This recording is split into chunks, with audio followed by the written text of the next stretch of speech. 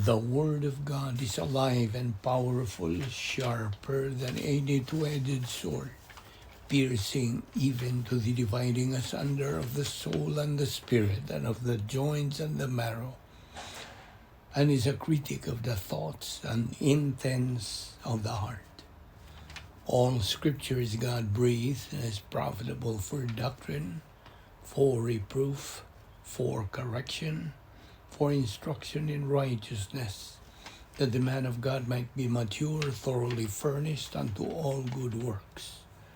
Ang kahulugan sa imong mga pagtulunan naghatag og kahayag, ug naghatag og salabutan sa mga walay kahibalo. Ana kana sa Salmo 119, versikulo 130. Maayong adlaw sa nato mga subscribers. Ano sa kita ng atong pagpadayon sa pagtuon sa pulong sa Dios ubos sa Vic Balbido Evangelistic Ministry. O atong humanon kining atong pagtuon ining pagtulunan nga giuluhan the protocol plan of God. Okay? Sa wailangan, wadto kita dayon sa atong pagpadayon ni pagtuon niini. Ug alang kanin mo magtutuo, you know what to do so you can be ready to take in the Word of God. Apan alang kanin mo dili magtutuo, it is faith alone in Christ alone. Okay. So atong gihisgutan kagahapon na tungod kadtong mga tao nga nangaluwas. Kadtong mga tao dito sa daang pagkigsaan, they were exactly the way that they were saved in the New Testament. Sama sa mga nangaluwas din sa bagong tugon, pinagi lamang sa pagtuo sa finished, efficacious work ni Ginoong Jesucristo dito sa cross. Okay? So ako kang giyatagan o pagpadayag that there is eternal life. Eternal life is given niadtong mutuo kang Ginoong Jesucristo ingon ngayon ang maluluwas. Diha ang Espiritu Santo mo bautismo niya ng maong individual person who believed in Christ as Lord and Savior, and naitabo ang eternal family relationship with God. Nadugtong siya, nahiusa siya kang Ginoong Jesucristo hangtod sa kahangturan. Now, ana mga prinsipyo nga gibalugan dinhi. Once a member of the family of God, always a member of the family of God. Mo kanay atong paghulagway nimo sa duha ka lingin about salvation. Ang lingin dito sa ibabaw mo kanang family relationship ug di na kana matangtang. So, human ka na himong sakop sa harianong panimalay sa Dios, always na gyud kanunay ka na nga sakop sa harianong panimalay sa Dios. Kay eternal man ang relationship. Apan dito sa ubos, mo to ay kadtong temporal nga kanang fellowship. Fellowship and relationship is different. They are different. See, ang family relationship is permanent, apan ang fellowship is temporal. Ganong temporal man. Tungod kay sa diha nga ikaw makasala, ingon nga magtutuo, may gawas ka sa imong pagkikangitay fellowship with God. Therefore, isang kapan ka sa Dios o paagi nga may balik ka, pinagis paggamit niya itong prinsipyo sa 1 Juan 1:9. Prinsipyo to recover from your carnal state to spiritual state. So muna nga, ang prinsipyo nga itong ibarugan ni once a member of the family of God, always a member of the family of God. Di na matangtang. Okay? Now, pangutana, yun sa manato pag sod sa atong kanang panimalay. How did we enter into our human family? Ang tubag, pinagi sa atong pagkatao by birth, di ba? O giyon sa man po nato pagsuod sa espirituhanon nga relasyon or family. I mean, how did we enter into the spiritual divine family? Also by birth. Pinag-usap sa atong pagkatao, pagkaimuso. Kaya binimo, responsibilidad sa matag magtotoo sa pagsaksi alang kang Kristo. It is every believer's responsibility to witness for Christ. Now, ang usa ka magtotoo, may mong makasaksi alang kang Kristo, pinaagi ba sa iyang kinabuhi o pinaagi sa iyang baba, sa iyang paglitok. See, he can either witness through his life or through his lips. Sa diha nga ang usa ka magtotoo mo saksi alang kang Kristo, kinahanglan iyang hinumduman kini. Kinahanglang he makes the issue out of the issue and make the issue clear. Klarohon gyud niya ang issue. Dili ra basala ang issue sa kalungasan. It is Christ. You see? And so, kinahanglan nga may bawaan usab niya ang matuod nga doktrina. He should get accurate doctrine. Accurate, di man yun na. Underline that.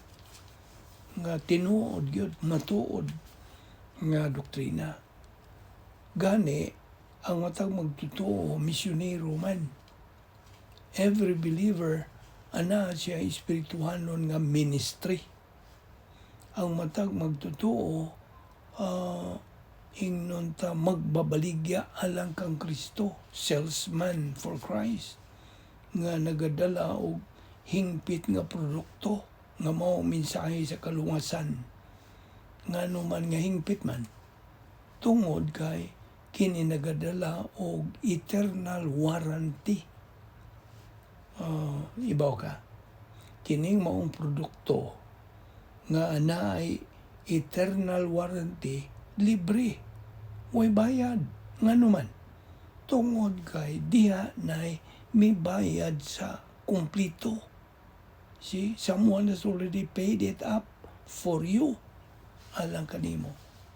So, ang buhaton na giyod sa tao, mao ang pagdawat niini pinagis pagtuo, to accept it by faith. Kaya binimo, kung bahin gani og espiritual nung kamatayon, spiritual death, ang solusyon nga Diyos nun, divine solution, mao lamang ang pagtuo lamang kang Kristo lamang.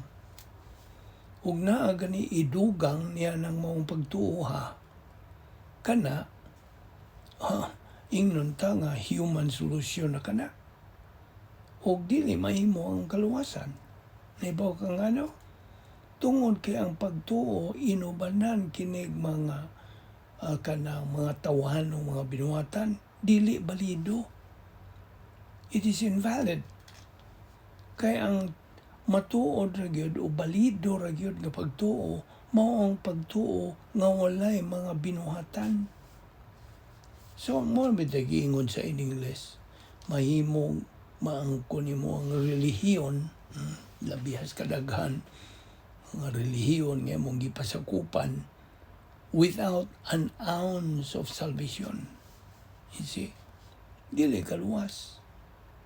So, niya pa po panultihon nga nagingon, kung mapaningkamutan pa nato ang kaluwasan, if we could earn our salvation, dili na unta kinahanglang kanang magpakamatay pa si Kristo aron ihatag kini. See? Christ would not have died to provide it. Nya na papot. Ang kaluwasan God, gasa kini nga dawatunon. Dili ni tumong nga kabutunon. It's not a goal to be achieved. Now, Nya, doon na pagyoy mga panultihon. Way tao nga labihang maayuha ang makaluwas sa iyang kaugalingon. Wa po'y tao nga labihas kadautan nga ang Dios dili makaluwas kaniya. You see, ang pagtuo dugangan gani og kanang giingon nila lordship salvation. Pagtuo nga dugangan og pagkamasinaaron, commitment, pagtuo kuno nga dugangan pagbisag unsa idugang nimo kini nagapanghimakak, nagpangulipas, it negates salvation. Kaya tinuod kita naluwas sa grasya pinagi sa pagtuo dili sa mga binuhatan aron way makapasigarbo niini. Episodio 8. Mao nga tumuo ka kang Ginoong Hesus o ikaw maluwas. Mga buhat 16:31. Yan ay gayon sa imong pagkaluwas. Ang Dios kanang will take over o sangkap niya nang mao magtotoo og katduang siyam 39 nga dili na mabakwi nga mga butang, irrevocable things. Dugangan pag-iusa nga mao ang pagpuno sa Espiritu Santo kay kada that's spirituality. Okay? So sabta kini pag-ayo. Ang tinuod God, ang tao mudangat gyud siya sa iyang kaugalingong breaking point sa iyang kinabuhi. Mudangat ra gyud siya. Tanan nga tao. Ug ang tanang tao are going to check out mo pahawa siya niining kalibutan na in due time. Kung sayon nga ang timing sa Dios hingpit, perfect. So kanang tahura kanang kabubutos tao, respect man's foolish yun. Kung mudawat ba siya o musalikway ba siya. Kay kana, mo man iyang pagapilian. That's his option. Siya ray manubag. Kay ibaw ka, siya raman gyud mismo ang manubag. Siya ra ang kanang kasudyaan. O siya ra pod ang responsable sa matag desisyon nga iyang himuon. Busa ayaw gyud og sulay sa pagkontrol ba sa kanang kabubuton sa ubang tao. Kay dili ka na nimo mahimo. Now kung imo gyud ka ng buhaton nan kuse-kuse ka imo sa imong panahon. You see, ang lihok god sa kanang tawhanong kabubuton gidisenyo kana sa Dios sa ingon. O kining maong Diyos nung disenyo, mao ang pagsunod sa unsay imando sa Dios o sa pagsalikway niya itong gidili sa Dios. Now, may mga tao nga mo salikway, of course, daghan karon labihang duot, dakong pagang duot sa katawhan karong panahon na. Ang musalikway kang Kristo ingon nga Dios ug banduluwas o kini this is a maladjustment ngadto sa hustisya sa Dios. Naibaw kag dunay tulo ka mga adjustments nga kinahanglang agias tao. Man has to make with God 3 adjustments. Ang una niini gitawag nato na og satjog. Kining satjog abbreviation maguni nato sa giingog salvation adjustment to the justice of God. Mao nagiingon lang nato sa jog. Sunod, ratjog. Unsa man ni ratjog? Rebound adjustment to the justice of God. Ug ang ikatulo, matjog. Unsa man ni matjog? Maturity adjustment to the justice of God. Now, by the way, dunay na po ka mga kondisyon o mga requirements sa kaluwasan. Okay, paminaw. Ang una niini, ang imong pagpanag-iya o tawanong kinabuhi, possession of human life. Na nas Genesis 1:26-27. Ikaduha, ang espirituanong kamantayon sa tibuok kaliwatas tao. Roma 5:12. Ikatulo, ang imong pagkalinggat pagkasayod nga na Dios, God consciousness. Romans 1:18-20, Psalms 19:1-6. Ikaupat, universal grace. Grasya nga universal. Roma 1:18-20. Ikalima, positibo nga kahubuton ngadto sa pagkasayod nga na Dios. Juan 7:17, Jeremias 29:13. Ikaunom, ang pagsangkap sa kaluwasan. Pinaagi sa natuman na human nga buhat sa kaluwasan, gibuhat ni Ginoong Jesucristo dito sa cross. Roma 1:18. Si Ginoong Jesucristo namatay alang sa tanan. 2 Corintios 5:14. Si Ginoong Jesucristo miantos namatay gani. Hebrehanon 2:9. Ang people deny the sovereign Lord nga nagalukat nila. 2 Pedro 2:1. Ikapito, ang imong pagkasayod sa mayong balita sa kaluwasan. Roma 10:14, 2 Corinto 4:3 o 4, 2 Corinto 5:14-21. Ikawalo, common grace. Now, nasa Juan 16:8-11. Doon ay unom ka mga sala, batok sa Espiritu Santo.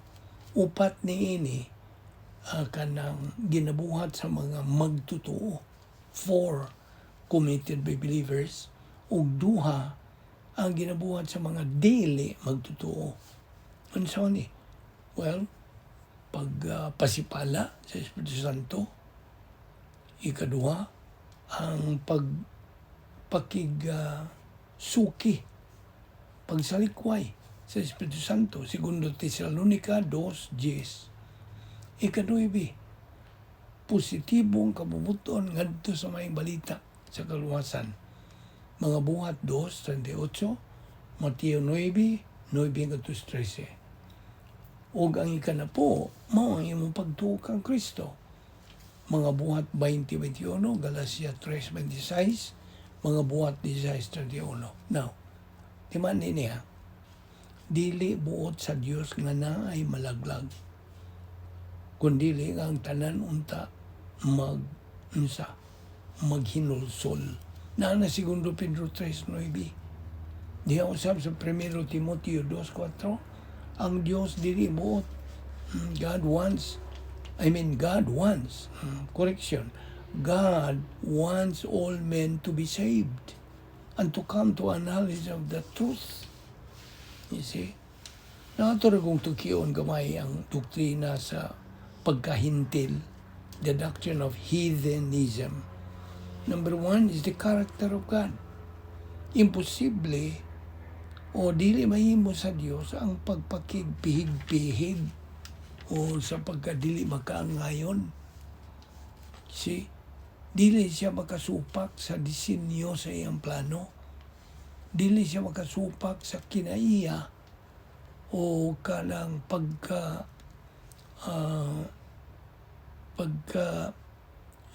masaligan. Is the integrity of his character.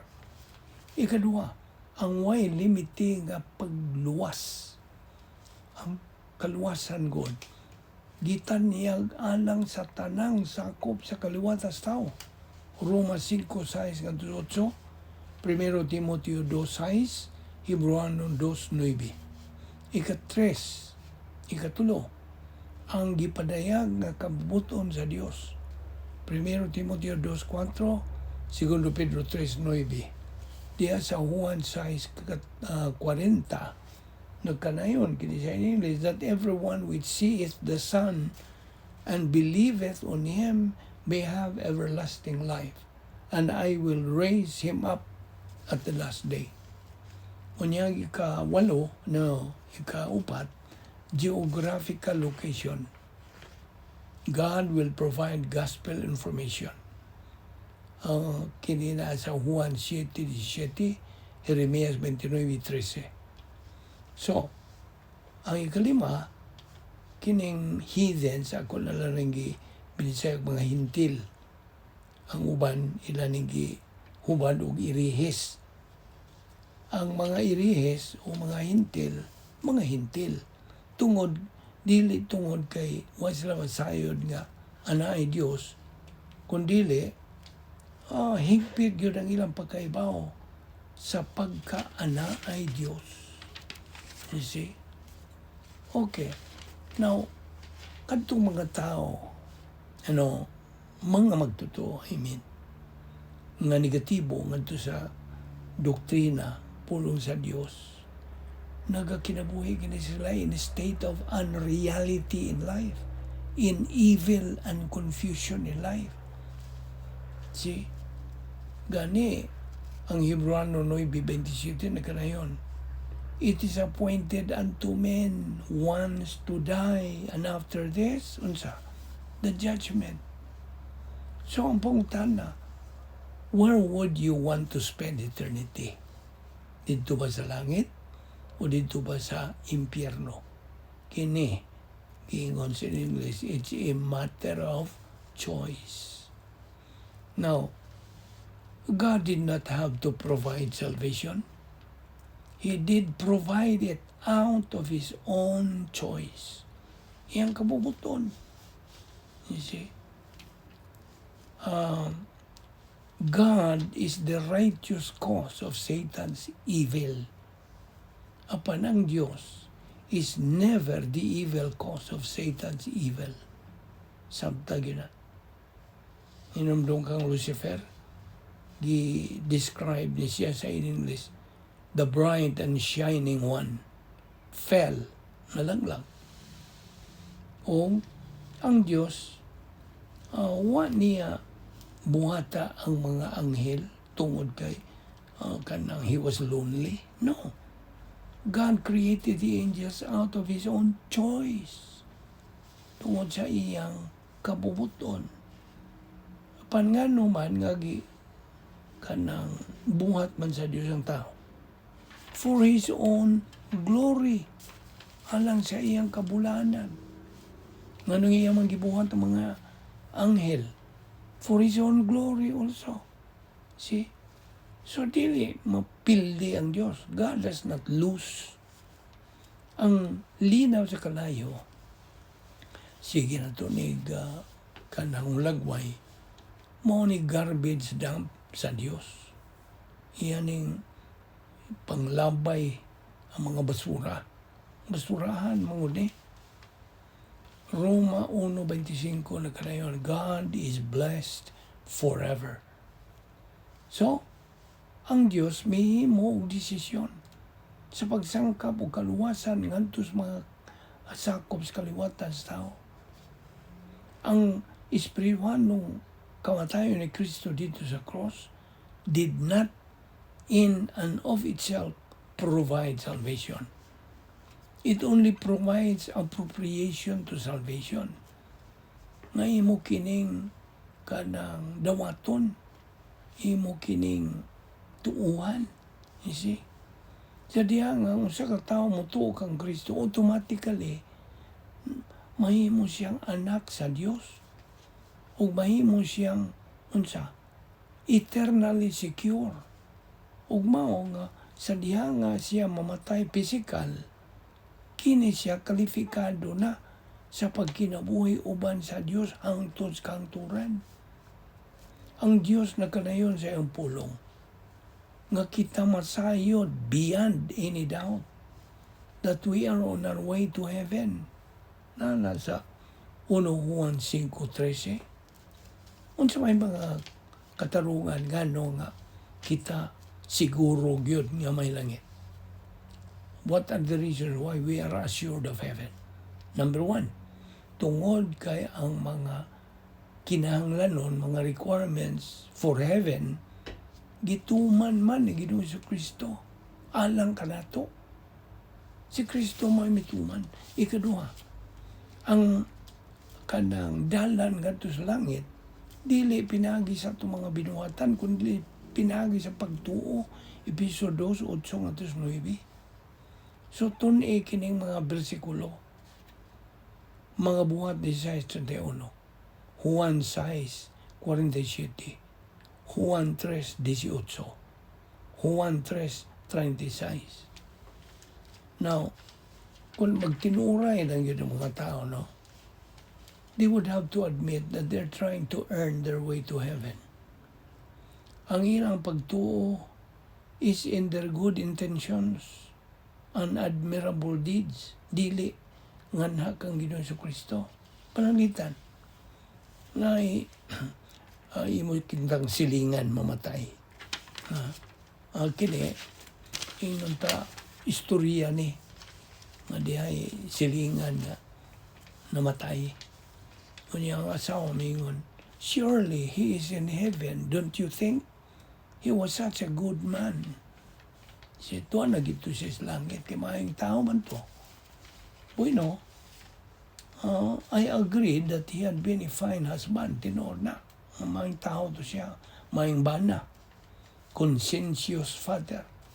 Apan akong gidugang nga, he will be in heaven if he believed in Jesus Christ as his Savior. Mo na rin tinood. Kung wala siya matuog kang Ginoong Jesucristo ngayong manluluwas, di ka magkaingon nga tuwa siya sa langit. You see? The only solution is to put our trust in Christ. Aron di tama impyerno. So, ang Biblia nagkanayon, by grace you have been saved through faith, and that not of yourselves, it is the gift of God. God sa kini sa Diyos. Sa diha nga mudawat ang Kristo ingon nga manuluwas, pinagis pagtuo, pasayloon tas tanan itong mga sala, and fully accepts us. Jesus alone can carry us across the ocean to heaven. Naon sa mga ikaw, how about you? Imo na bang gibutang ang imong pagtuo, pagsalig kang Kristo? Ingon na imong manluluwas? Ikaw ra ang makatubag niya na ngadto sa Dios. Magampo ta. Bala na mo nga Dios, salamat nining grasya. Among ipahimuslan ang pagtuon sa imong balaang pulong hinaut nga kini mo tuhop ngayon sa among galamhan. Kini mga butang nga among gisgutan may tungod sa kaluwasan.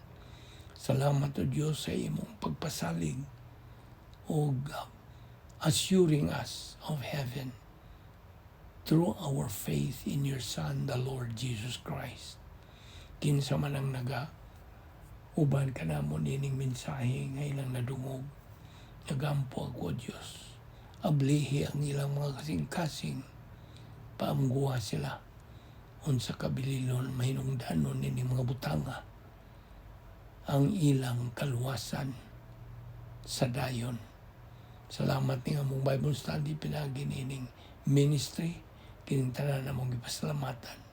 Sa ngalan ni Ginoong Jesucristo. Amen.